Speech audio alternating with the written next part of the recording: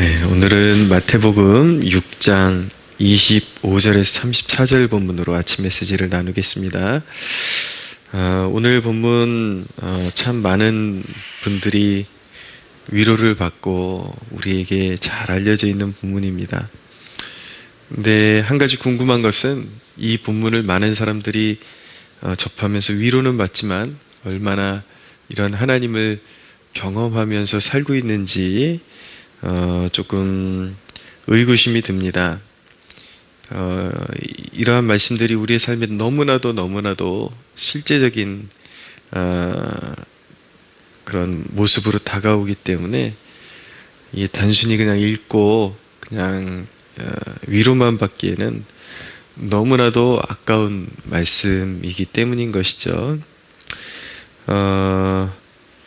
오늘 본문은 하나님을 향한 신뢰의 주안점이 있고, 그리고 우리의 삶의 그 가치관이 어디를 향해야 하는지를 이렇게 중점적으로 보여주는 말씀입니다. 자, 먼저 하나님은 하나님의 백성들을 먹이시고 입히시는 하나님이십니다. 아침이기 때문에 본문을 세세하게 이렇게 읽으면서 말씀드리진 않겠지만 골자는 이것입니다. 목숨을 위하여 무엇을 먹을까 염려하지 말라. 그리고 또 너희가 어찌 의복을 위해서 염려하느냐. 들의 백합화가 어떻게 자라나는지 보라. 자, 하나님께서 하나님의 백성들을 다 때가 되면 먹이시고 입히신다라는 건데, 그 공급원이 누구인가? 너희 하늘 아버지이시다. 너희 하늘 아버지이시다. 여러분, 이 하늘아버지, 이 위대한 이름을 얼마나 여러분들이 부르며 읊조리며 누리고 살아가십니까? 얼마나 이 거룩하고 아름답고 풍성한 이름을 송축하며 살아가십니까? 교회에서 이제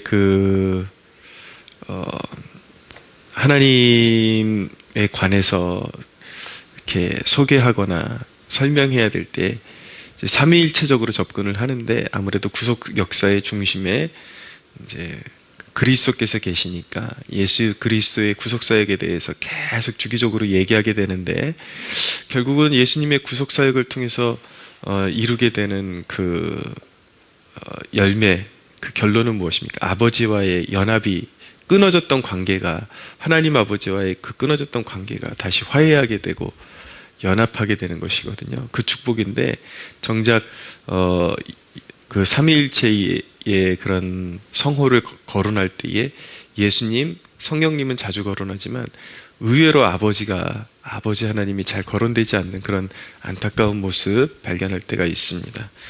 결국은 하나님과의 회복이라는 것은 그리스도의 그 보혈의 공로를 통해서 하나님 아버지와의 그 끊어졌던 관계가 회복되는 것인데, 너무나도 우리의 삶을 향한 자상하신 하늘 아버지를, 여러분들 그 이름을 얼마나 부르고 있고, 얼마나 그 이름을 들을 때에 정말 안정과 평안, 기쁨, 그분 안에 있는 그 부요함, 풍성함을 그렇게 여러분들 누리며 살아가고 계십니까? 얼마나 그 이름을 송축하며 살아가고 계십니까? 오늘 본문이 그렇기 때문에 하나님이 얼마나 믿는 자들의 삶 가운데 디테일하게 역사하시는가 좀 제 간증을 하기를 원하는데, 제 간증이 자칫 어떤 믿는 자의 삶의 어떤 찌질함처럼 잘못 비춰질까봐 두렵기도 합니다. 그러나 하나님께서 제 인생을 통해서 역사하신 그 내용이 제게 있어서는 너무나도 귀하고, 그 살아계신 하나님을 이 땅에서 체험하는 그 기쁨을 누리면서 살아왔던, 그리고 살아가고 있는 발자취이기 때문에 잠시 말씀드리기 원합니다. 이제 개척 목회라는 것은 시작하고 나면 진짜 하늘밖에 바라볼 데가 없어요. 하나님의 보좌를 바라보면서 하루하루를 살아가게 되는데, 진정 이제 하나님 아버지만이 이제 우리의 공급자가 되시는 것이죠. 하나님은 언제나 이 목회의 여정에 정확한 공급자이셨습니다. 그러니까 매달 필요한 이제 생활 비용이라는 것이 있잖아요. 그러면 진짜 월급 주듯이 그렇게 제가 지금 말씀드리는 거는 우리가 그 성도가 한 사람도 없을 때부터 그냥 아내하고 장모님하고 이렇게 저희 식구들 그리고 성도 이제 한두 명 이제 생기기 시작할 때 그때를 다 포함해서 말씀드리는 것입니다. 그때 이제 아무리 뭐 교회가 이게 교회의 신비인데요.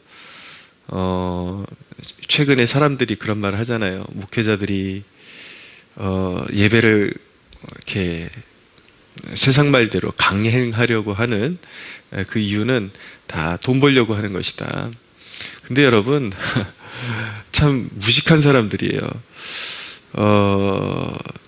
보통 작은 교회들은요 상상하는 것보다 더 작습니다. 그래서 그들 말대로 아무리 예배를 강행해도 액면 그대로 그 수입으로는 교회가 운영되지도 않고, 뭐 하는 뭐 거머쥐고 목회자가 뭐 호의호식 할 수 있는 그런 여건이 아예 되지를 않습니다. 그러니까 말 그대로 하늘에서 만나가 떨어지고 메추라기가 떨어지지 않으면 살 수 없는 그런 상황인 것이죠. 그런데도 불구하고 그냥 하나님의 보좌만 바라보고 계속 전도 나가고 새벽에 아무도 없어도 계속 나와서 예배 드리고 정해진 시간 되면 수요 예배 드리고 금요일 날 기도하고 주일 예배 드리고 그렇게 하는 거거든요. 그러니까 예배라는 것은 목회자의 생계 이상의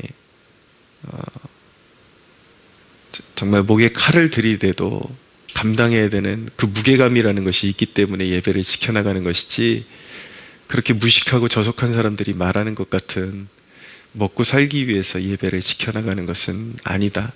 그러나 분명한 것은 또 뒤집어서 말하면 예배를 지켜나가고 항상 눈에 보이던 무슨 결과가 있든지 없든지 하나님 앞에서 하나님이 나를 지켜보고 계신다라는, 하나님이 나의 사장님이라는 그런 의식을 가지고 보이지 않는 것을 계속 성실하게 일하면 하나님께서 먹여 살려주시더라고요. 따박따박 뭐 월급 주시듯이 그렇게 공급해 주시는데, 근데 매달 그렇게 일정한 액수가 이제 채워지는데 살다 보면 단순히 생활비만 필요한 게 아니잖아요. 어느 순간 보험도 갱신해야 될 때가 오고, 자동차 보험 갱신할 때 돈이 엄청 많이 들어가거든요. 갑자기 또 이렇게 병원 가게 되면은 목돈이 들어가게 될 때가 있고, 특별히 이제 이사 처리되면은 뭐 이렇게 적금해 놓은 것이 없으니까 이제 그 이사 업체 부르고 그러면 이제 목돈이 필요해지잖아요. 그러면 어떻게 해야 되는가? 솔직히 말씀드려요. 하나님, 이 다음 달에는 이제 평소보다 더 많은 그런 지출이 이제 필요해집니다. 그러면 정말 하나님께서 인격적으로 그 기도를 할 때 제가 두려워하고 염려하는 마음을 아시기 때문에 임재해 주세요. 그럼 마음이 따뜻해지면서 눈물이 흐르고 마치 음성이 들리지 않지만 두려워하지 말아라 라고 말씀하시는 것처럼 선명하게 그렇게 저에게 그 음성으로 다가오죠. 내가 할 거야. 그리고 내가 허락한 일이야. 내가 할 거니까 걱정하지 마. 이런 이렇게 마음의 감동이 밀려오거든요. 그러면 희한하게 그 감동이 주어진 그 며칠 상간으로 어느 날은 그 감동을 받고 그날 이제 그런 역사가 일어나는 일도 있고, 감동을 받으면 하루 내지 이틀 정도 후가 지나면 이제 그 다음 달에 지출돼야 될 그 분량만큼이 정확히 채워지는 거예요. 정확하게. 그리고 또 지출이 많은 달이 지나가면 또 정상으로 돌아와요. 너무 신기하죠. 너무 신기해요. 이거는 진짜. 그러니까 이게 사람들이 말하는 단순한 기복이 아니라 그것을 통해서 매번 울게 돼요. 그 채우시는 그 은혜, 공급, 하나님이 인격적으로 그 아버지의 손길이 너무나도 가까이 느껴지니까 그런 공급을 통해서 하나님의 임재를 느끼게 되고, 그것을 통해서 오히려 나의 생명이 주께 속해 있구나, 하나님께 속해 있구나, 그것을 더 인격적으로 깨닫게 되는 것이죠. 여러분, 신학적으로, 신학 중요합니다. 제 설교는 철저하게 신학적인 기반에서 나오는 것들입니다. 그러나 이제 잘 모르는 사람들이 번번이 하는 말이, 야, 저거 신학적으로 문제 있다, 저 기복 아니냐. 근데요, 그 사람들도요, 저희 신학교 때 교수님들 그런 경우들 종종 봤거든요. 이렇게 성령의 은사 완전히 거부하고, 그리고 이런 공급의 은혜에 대해서 전혀 자기가 노력해서 그냥 먹고 사는 것만 알다가 자기가 이제 극한의 상황에 딱 들어가 보니까 진짜 이런 세계가 있구나라는 것을 깨닫게 되고, 그러니까 신학을 버리는 것이 아니라 신학을 올바르게 그런 수정하는 그런 경우들이 비일비재합니다. 그러니까 제일 무서운 것이 무엇이냐면 하나님이 인격적으로 모르는 사람들이 신학을 가르치는 거예요. 그러면 이제 오히려 자기네들은 굉장히 수준이 높은 하나님을 믿고 있다고 생각을 하는데 불쌍한 사람들인 것이죠. 하나님이 인격적으로 우리의 삶 가운데 어떻게 다가오시는지, 어떻게 역사하시고 기르시는지, 공급하시는지도 모르는 상태에서 하나님을 거론하니까.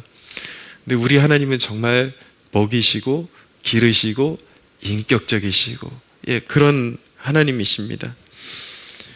한 가지 더 말씀드리면, 이 옷이 예를 들어서 바지 한 2벌 가지고 한 2년 살아요.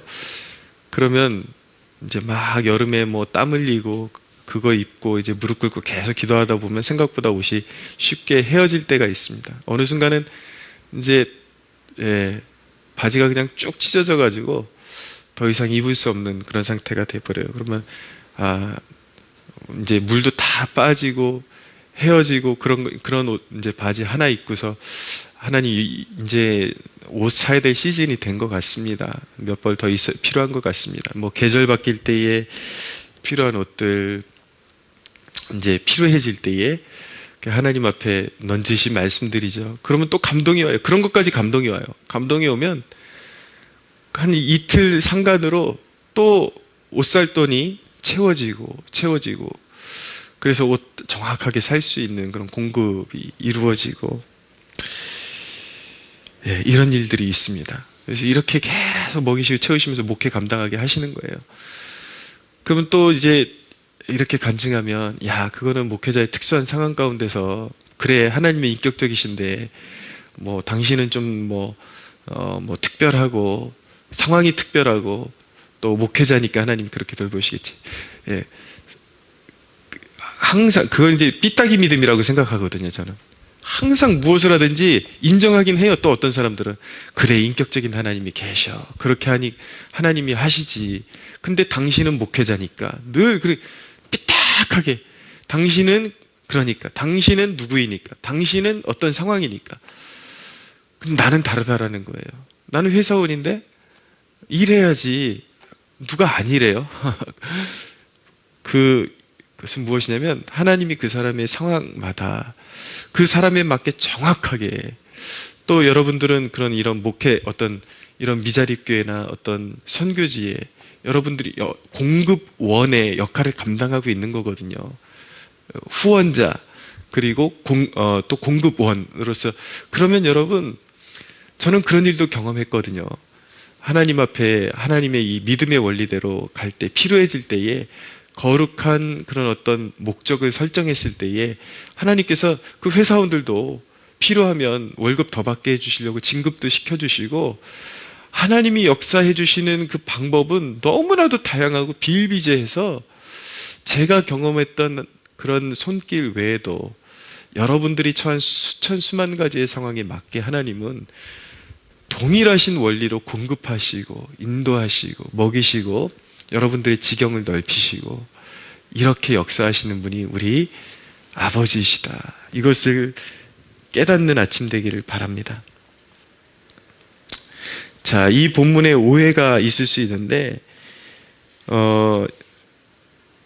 무엇을 먹을까 무엇을 입을까 염려하지 말라. 그러니까 아예 기도하지 말라는 그런 뜻으로 오해하는 경우들이 있는데, 여기에 포커스가 어디냐면 염려하지 말라는 데 있는 것입니다.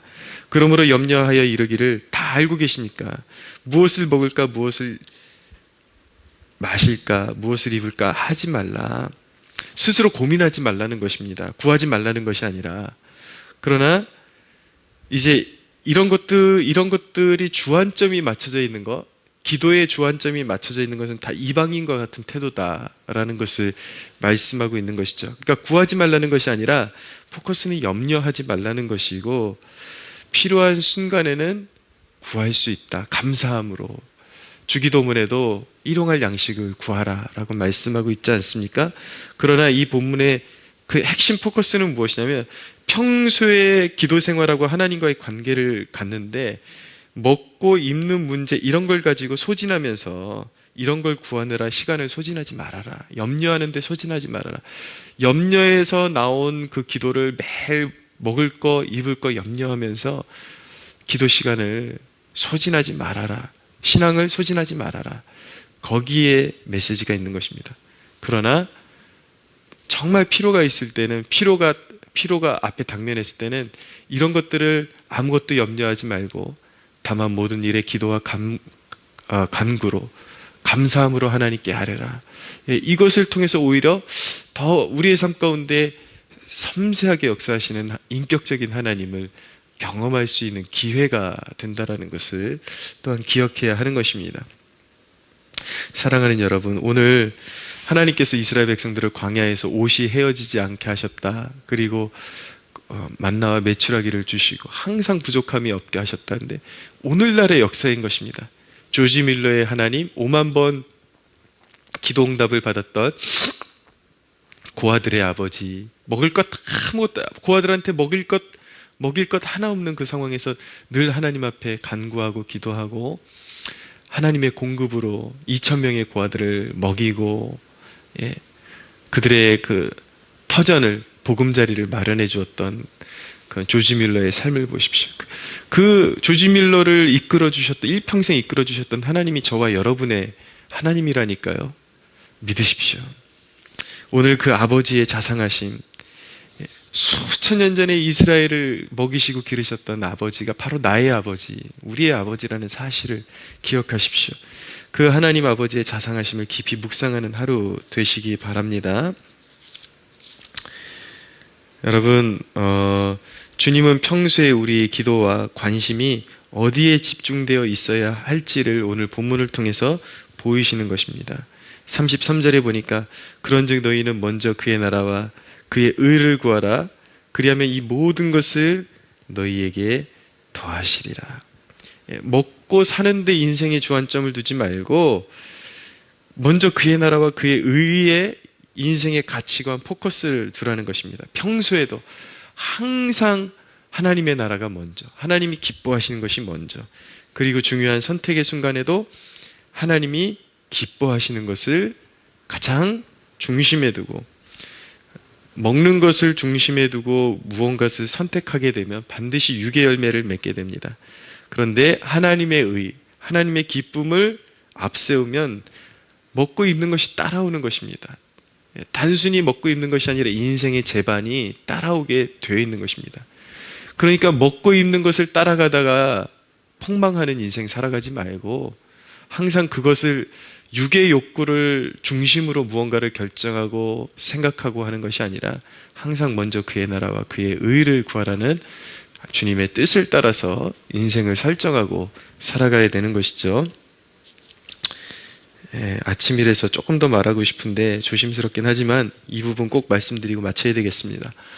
코로나 기간에 여기저기서 문 닫고 막 너무 힘들다는 소리가 들립니다. 그럼 여러분, 이 코로나 기간이 우리 그리스도인에게 있어서 이것이 위기만 이 안에 잠재되어 있는 것은 아닌 것입니다. 위기만 있는 것이 아니라 앞으로 남아있는 여러분들의 인생의 기회도 이 코로나 기간에 같이 들어있다는 것을 보는 눈이 열려야 하는 것입니다. 만약에 여러분들의 인생 가운데 마지막 남아있는 것으로 무엇을 할 것이냐, 너무 어려운 기간이니까 여러분들은 어쩌면 실오라기 같은 그 희망 하나 붙잡고 이 기간을 지내고 있을 수도 있습니다. 인생의 마지막 남은 자원이 있는데 그걸 가지고 무엇을 할지가, 지금 무엇을 할지가 여러분들의 미래를 결정할 수 있다라는 것을 꼭 기억하십시오. 지금은 하나님을 향한 인생의 투자의 기회인 것입니다. 가장 어려운 때에 사렙다 가부의 말씀을 꼭 기억하십시오.